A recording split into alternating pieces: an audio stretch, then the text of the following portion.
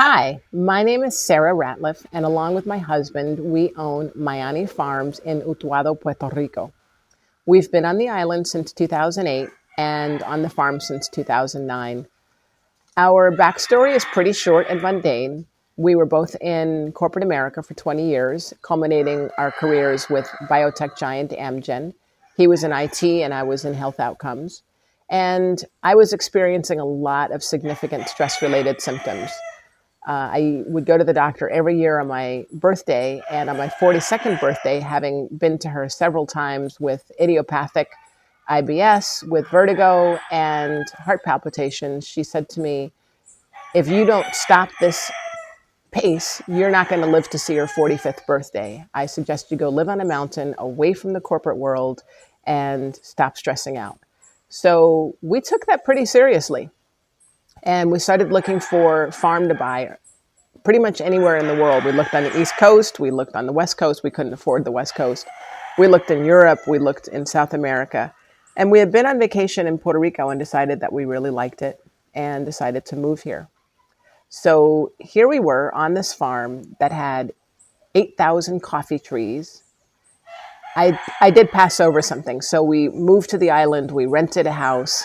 And while we looked for a place to buy, and we did find one in Utuado, and we loved it. And then we bought it, and then we had to renovate the house, but it came with 8,000 coffee trees, and we did not come here to farm 8,000 coffee trees. It had previously been one of the largest producers of coffee in this area. So we had no idea what to do, so we started looking around for a mentor or consultant, and we found one in Las Marias. And he suggested that we consider tropical fruit trees and sustainable bamboo. So we did. At the time, that was rather novel, and he was one of the few farmers at the moment who was growing the sustainable bamboo and tropical fruit trees. And so we decided, yeah, we're going to try that. So we started planting those. We got some goats and some chickens and some ducks. And so here we are 15 years later, and we've got fully mature trees. And we've learned a lot along the way. We've learned a lot about eco-organic and sustainable farming in the tropics. So we're at a point now where we are eco-organic consultants, and we sell seedlings from our trees. So this is my first video, and I'm going to ask you to be really patient with me because it's my first video, and I don't know how to edit, so I'm going to learn editing on the fly. And so this really, what prompted me to do this video were two questions that clients of ours asked us. One was, can we sell fully mature trees? And I'll explain a little bit later why that's not really possible, but I'll give you a hint. We only live on 15 acres, so we don't have like 100 or 200 acres. So if we started plucking out fully mature trees, it wouldn't take us long before we had nothing left to A, enjoy for ourselves, and B, sell seedlings to clients. So that pretty much actually answers that. And the second question was, why does it take Mayani Farms so long to get us seedlings? I can get seedlings that are a month old from my nursery. And so this video is going to share with you why it takes Mayani Farms 3, sometimes 4 months to deliver seedlings to our clients. So I'm going to go through and show you the farm, introduce you to some of the animals, and introduce you to our trees, and explain why it can take 3 to 4 months to deliver seedlings. So again, I ask you to be very patient with me. This is my first video, and it's also the first time that I'm using editing software. So I really appreciate it, and I'll be back at the end to sort of wrap up. All right, so I'm going to start this video in the farm. I was on the patio before, and I'm going to just show you a few of our mature trees so you can get an idea of what we've created over the last 15 years that we've been farming. And I also ask you to excuse my voice. I've been one of those many people who've been affected by the Sahara dust, so my sinuses are just out of control. And if I had waited until my sinuses were back to normal, I'm not sure when I would have been able to do this video. So again, bear with me because of my sinuses and also because of my newness to shooting videos. So Hang tight. Here's the next segment. When we first moved here, we had, as I mentioned before, 8,000 coffee trees. And that's all that lined the property. There was, well, with few exceptions, there was this 65-year-old mango tree that was planted when the previous owners were babies. And that was pretty much about it. There were a few bread nut and fruit, a few fruit trees, but that was pretty much it. And so here we have some areca palms that we planted about 10 years ago, and they're pretty tall. And they line the driveway on one side. On the other is a hill that we have put sustainable bamboo from South America and or Southeast Asia, mainly for erosion control. We've got some ginger, which is also good erosion control. And I'm not going to go deep into the farm today because, well, I'm not wearing the proper shoes right now. But I will get an opening where you can see the expanse of it and you can see how much things are different. And I will include a before photo of what things looked like before we started planting. But here's an opening and you can see that it really is like what we often hear and in the expression a tropical oasis. We've got fruit trees from South America, Southeast Asia, West Africa, and the Caribbean. Fruit trees like kola nut and pulasan, habiticaba, mangosteen, lychee, non-fruit-bearing trees like indigo, curry. Well, actually, curry does produce fruit, but you don't eat the fruit. What provides that flavor is the leaf. And lang lang, which makes the Chanel perfume. Here's some more. I'm remembering the word. Areca palm. Here's some bamboo. And we actually now come to one of my favorite spots on the farm, which is right by the house. This is ginger. This is about 6-7 years old. And here's a royal palm that we planted 12 years ago. There's another. And more areca palm. And so the ultimate idea behind this video is to share with you how we go from seed to that. From seed to bamboo that's 60 feet tall. And mind you, we've only been on the farm for 15 years. We haven't been here 30 or 40 years.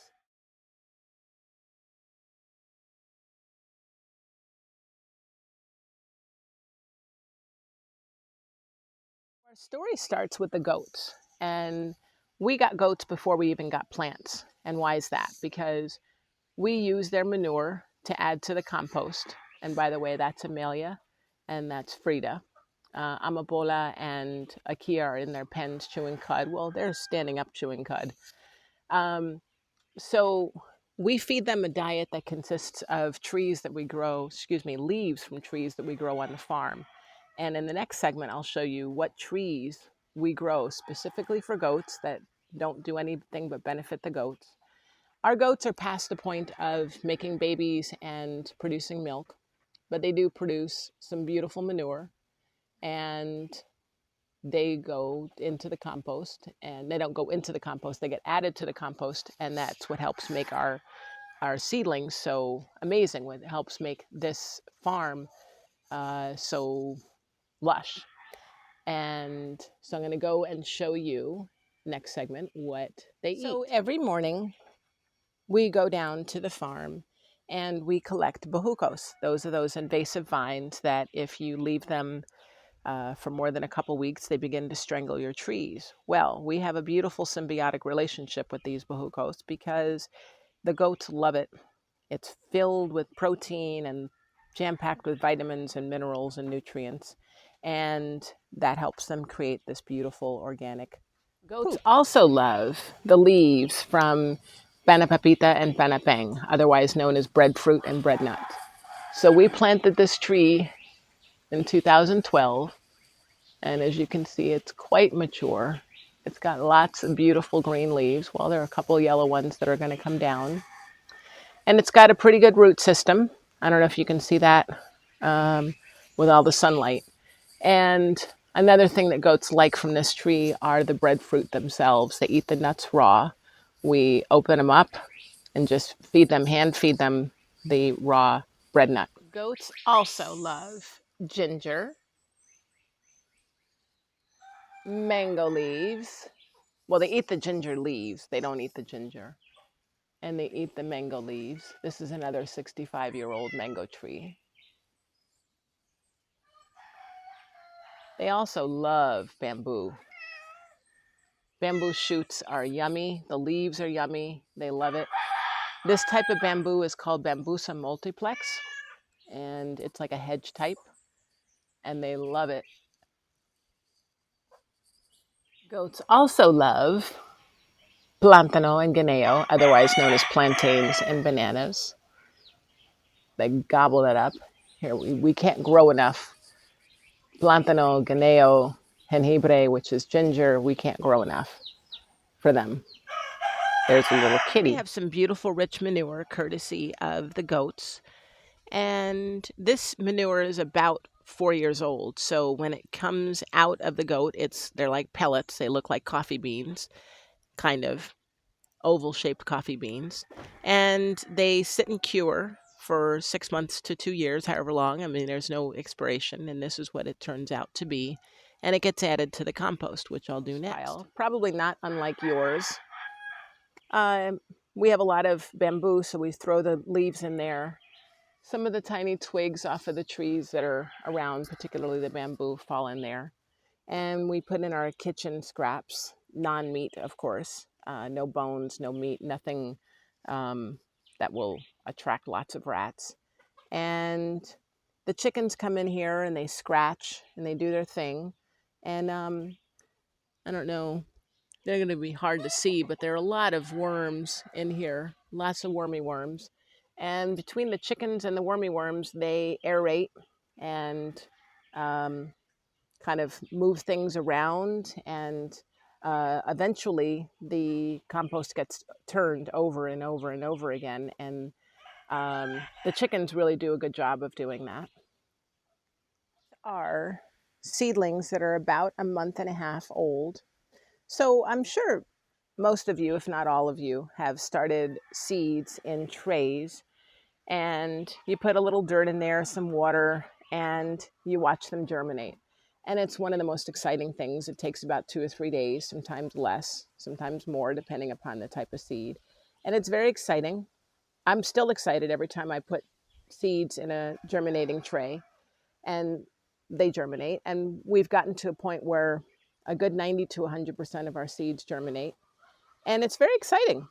So when we tell clients that we sell 1 foot tall seedlings, that's actually not true, because many of these that have been sitting here in these 1 pint bags are at this point 1 foot tall, but we don't think they're nearly ready to sell to a client because they have to go through 2 more steps. And I mean, we see some that are taller than 1 foot, but we don't think they're nearly ready. So I'll show you the next step. So after those seedlings have been in those little 1 pint bags, about a month and a half later, they get transferred to these 3 pint bags. And we add a little more compost and a little more goat manure. And they get to sit in these bags for about another month and a half. So something we should also say about the work we do here at Mayani Farms is that we plant according to the Farmer's Almanac. We live and die by the Farmer's Almanac. So if it tells us what days are ideal for transplanting, we take that as gospel. So the last 3 days, Friday, Saturday, and Sunday, were great for transplanting. based on the position of the moon relative to the earth. And so these plants, assuming that we follow the Farmer's Almanac, will thrive and get ready for stage 3. So here we have some stage 3 plants. And after they've been in those bags up there for about a month and a half, we transfer them to these 5-pint buckets. And they stay in here for about another month and a half. And about 3/4 of the way into that month and a half, we add clay to the bottom of each pot. Now we do that because we know that the majority of farms in Puerto Rico are clay-like. You might have some really rich soil, but chances are you're going to have clay. So in order to acclimate it to their eventual home, we make sure that they get accustomed to being in clay. So here we've got some mangosteens, some palms, that's curry. We've got a chacharru. We've got a bunch of plants here. And these are just, well, they're kind of mixed in. This is definitely ready to go to a client. That curry is ready to go to a client. Some of these mangosteens and chacharru, they need about another 2 weeks. So when we say that we sell our clients 1-foot seedlings, that's definitely not true. That's a 3-foot seedling. That's a 2-foot seedling. So, and these are taller. I don't know, at least 3 feet.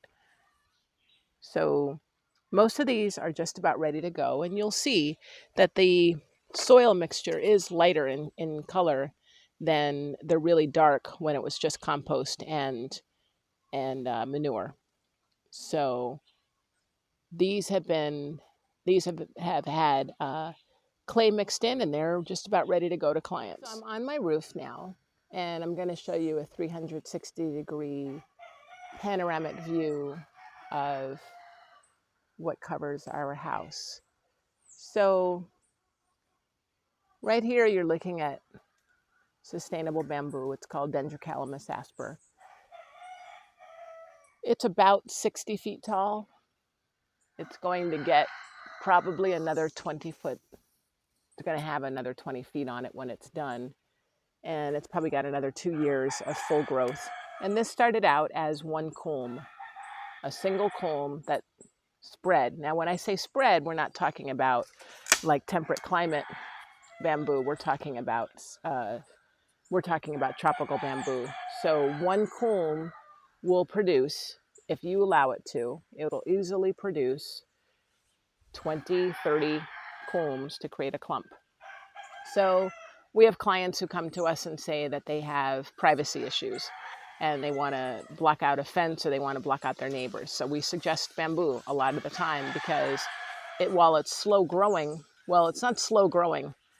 Actually, when you think about 12-year-old bamboo that started out there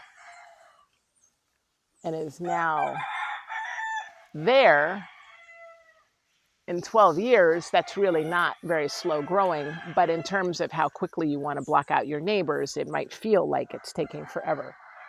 So we usually tell clients space them about 8 feet apart. And then, and here's another set of bamboo. And then we've got a coconut tree. So but if we're talking about security, then we would probably talk about different types of bamboo like Membrecia or Hamiltini. And in the distance, we've got jackfruit, which is only about 10 years old, 9 years old, but it's already fruiting. And those should be ready to come down. This is our first harvest of that particular tree's jackfruit. We have other jackfruit on the farm that are older. And then we span around and we've got more areca palm. We've got a couple different types of bamboo. And then we bring it around to that 65-year-old mango tree.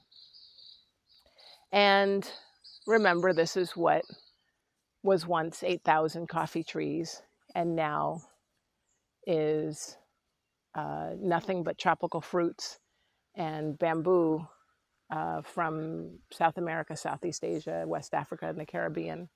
And they all started out in the same exact method that we start our clients' seedlings. So this is why we do the method we do, because we want your plants to have a fighting chance. We want to know that when we sell you a seedling from Mayani Farms, that when you get it home and you put it into your ground, that it is ready to go. It is ready not just to survive, it's ready to thrive and grow. And so we've put it under the microscope, so to speak, by giving it lots and lots of manure, lots and lots of compost, and then at the end, giving it some clay so it can transition to your property.